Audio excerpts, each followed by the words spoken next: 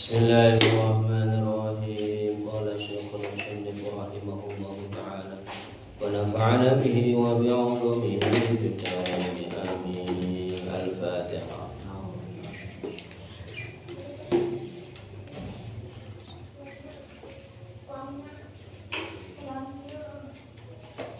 Bismillahirrahmanirrahim.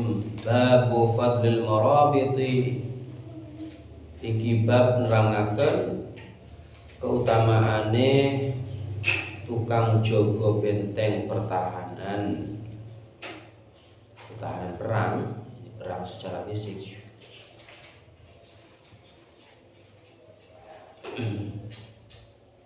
Qala tawsatu al-faqih Abu Laith As-Samarqandi radhiyallahu ta'ala anhu.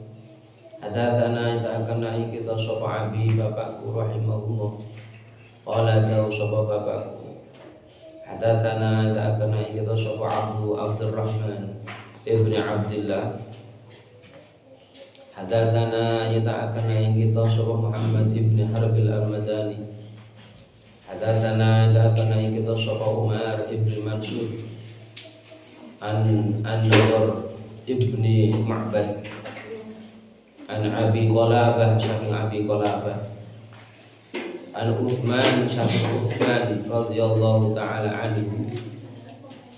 Qala dawu sapa Utsman, kuntu ana sapa ingsun iku asarru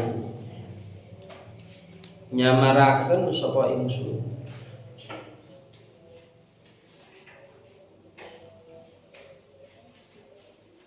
wal yauma ana ing dina a'lanu ngedengaken sapa ingsun. Nyamaraken iku enggak memperlihatkan, suatu saat memperlihatkan, suatu saat tidak memperlihatkan.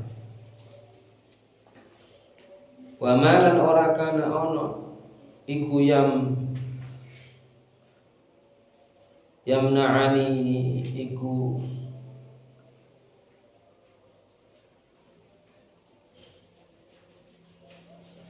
nyegah ni ingsun sapa ahadun an uhaditsakum yen toh nyritakaken sapa ingsun kok ing sira kabeh illa kejaba lidhanni krana nyono bikum kelawan sira kabeh. Sami'tu krungu sapa ingsun Rasulullah sallallahu alaihi wasallam ing Kanjeng Nabi.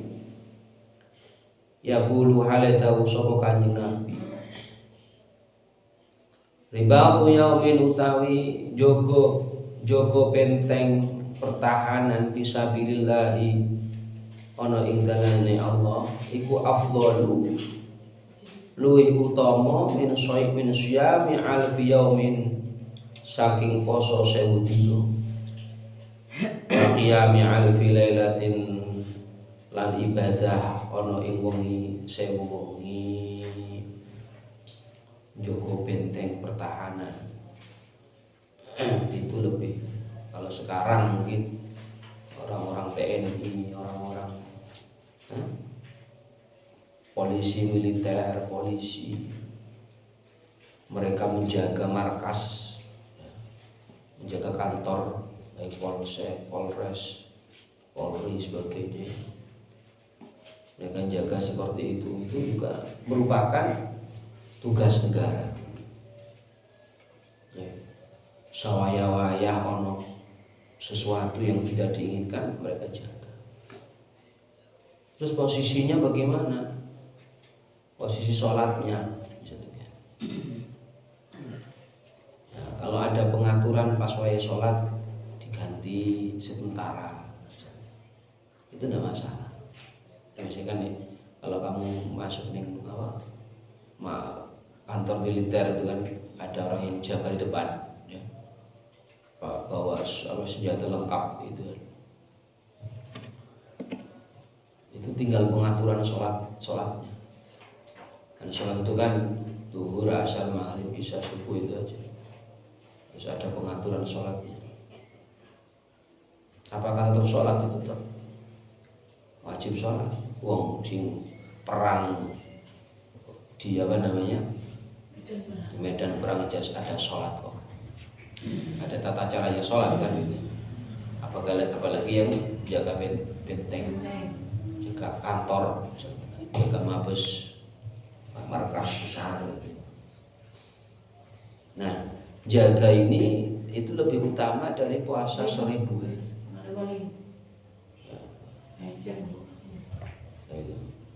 Waqala lantahu sapa al-faqih Abu Laith as-Samarqandi hadatsana. Kita akan naik kita sapa al-faqih Abu Ja'far. Hadatsana kita akan naik kita sapa Ali ibn Ahmad. Hadatsana kita akan naik kita sapa Nasir bin Yahya. Qala tahu sapa Nasir. Hadatsana kita akan naik kita sapa Abu Sulaiman an Muhammad ibn Hasan an Muhammad ibni Rashid an Makhul anna Salman al-Farisi stune Salman al-Farisi radhiyallahu taala anhu iku marra lewat sapa Salman al-Farisi Bishri Hubail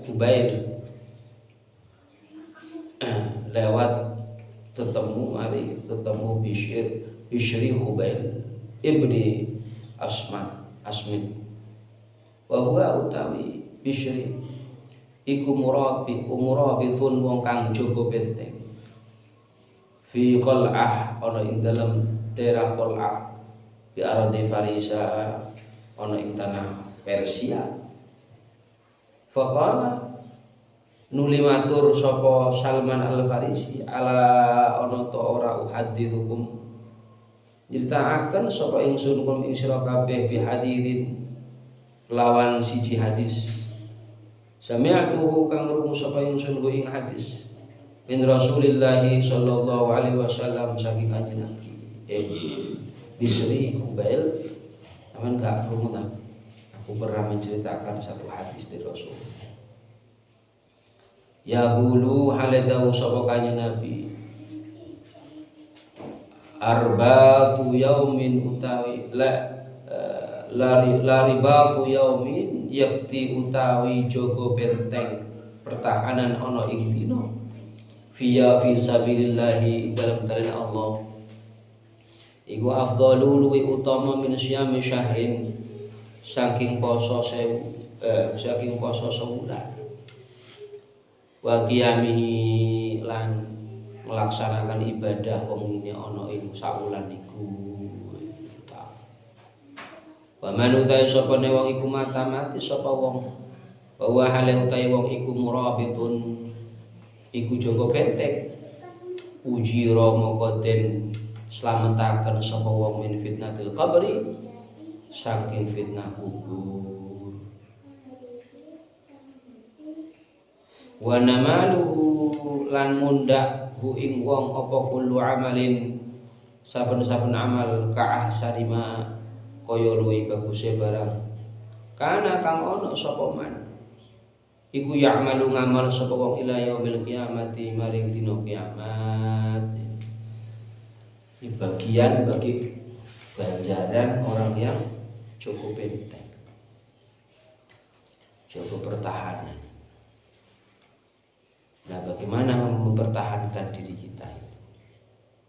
Ya, menahan dari segala apa yang berpotensi.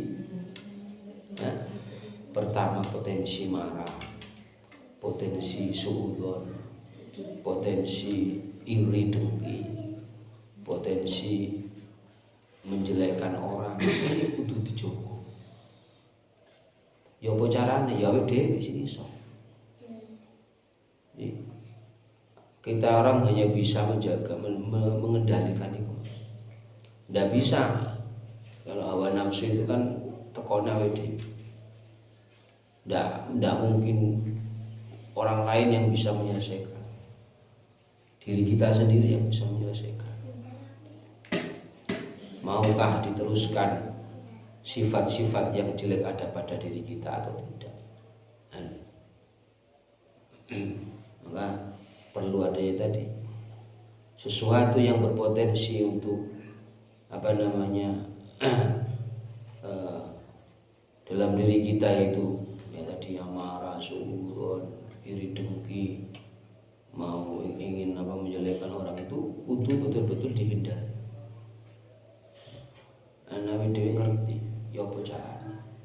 Oh iki kudu ya apa iki. Itu potensi kita. Sehingga kita akan tahu mana yang harus dilakukan, mana yang tidak harus dilakukan. Nah, perang melawan hawa nafsu kan susahnya luar biasa. Itu perang sesungguhnya sebenarnya. Karuane kalau kita perang melawan musuh yang kelihatan, ya, orang kafir, orang yang menentang Islam, orang yang berbuat ya kejahatan, itu karuane kelihatan dibunuh, ditembak, ditombak, dioponi iso. Tapi ketika musuhnya itu ada pada diri kita, itu yang agak susah. Sing iso apa? Ya udah. Jadi sesuatu karakter yang ada pada diri kita, kejelekan yang ada pada diri kita, ya, awet koreksi. Nek dikoreksi, ya apa carane? Ya itu. Mengendalikan apa yang ada pada diri kita. Itu susah, yo aja. Dengan paling maka Kanjeng Nabi mengatakan perang yang paling dahsyat adalah setelah perang Badar itu adalah perang melawan hawa nafsu. Sifat-sifat yang jelek kita kan tahu diri kita apa sifat yang jelek. Maka kudu ngerti sifat yang jelek pada diri kita. Yo apa caranya? Nah itu ketika kita orang itu mampu mengendalikan itu, ya akhirnya ya kita dikatakan sebagai orang yang menang dalam melawan hawa nafsu.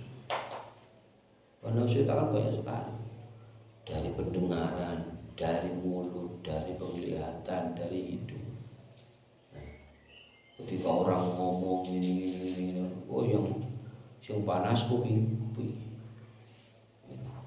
Sehingga ketika kuping panas itu ketika tidak mampu untuk mengendalikan ngomong wis ucapan. Itu yang susah. Maka ketika kita bisa melawan hawa nafsu dalam diri kita, itu sifat-sifat jelek yang ada pada kita koreksi. Kita koreksi, oh sih aku ini, oh, aku begini, koreksi.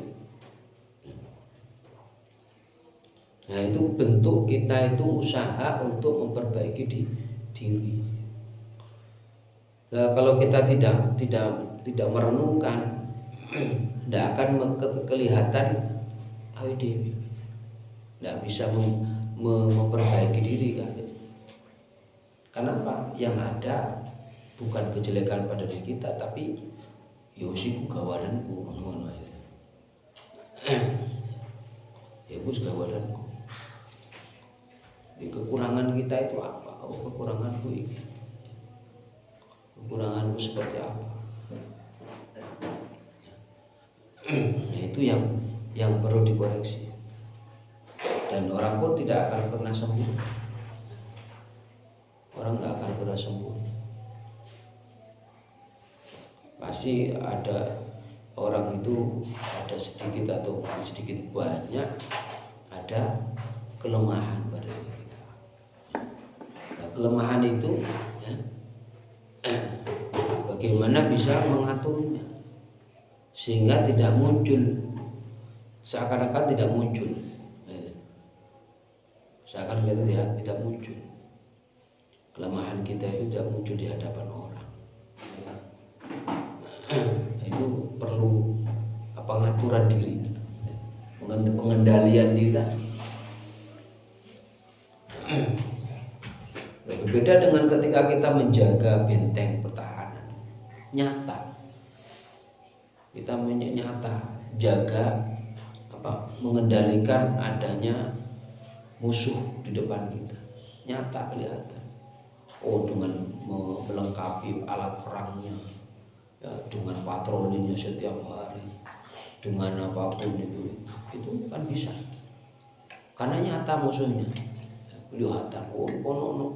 Ono musuh ini, dengan misalkan sinyalnya atau apapun terdeteksi.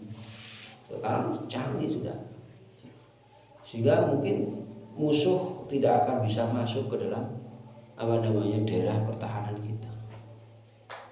Tapi ketika musuh kita itu ada pada diri kita, nafsu kita sendiri, yo iku sing angel. Karena enggak kelihatan. Sing ono awake dhewe wong sing apik ini gitu. Nah itu. Maka ya marobit ini kalau diartikan secara nyata itu ya orang yang mampu menjaga benteng pertahanan. Nah, marobit dalam diri kita ya awet dhewe.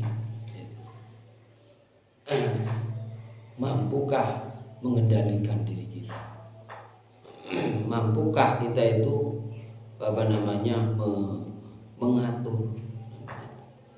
mengatur hawa nafsu kita sehingga mampu untuk dikendalikan dan mengikuti kita.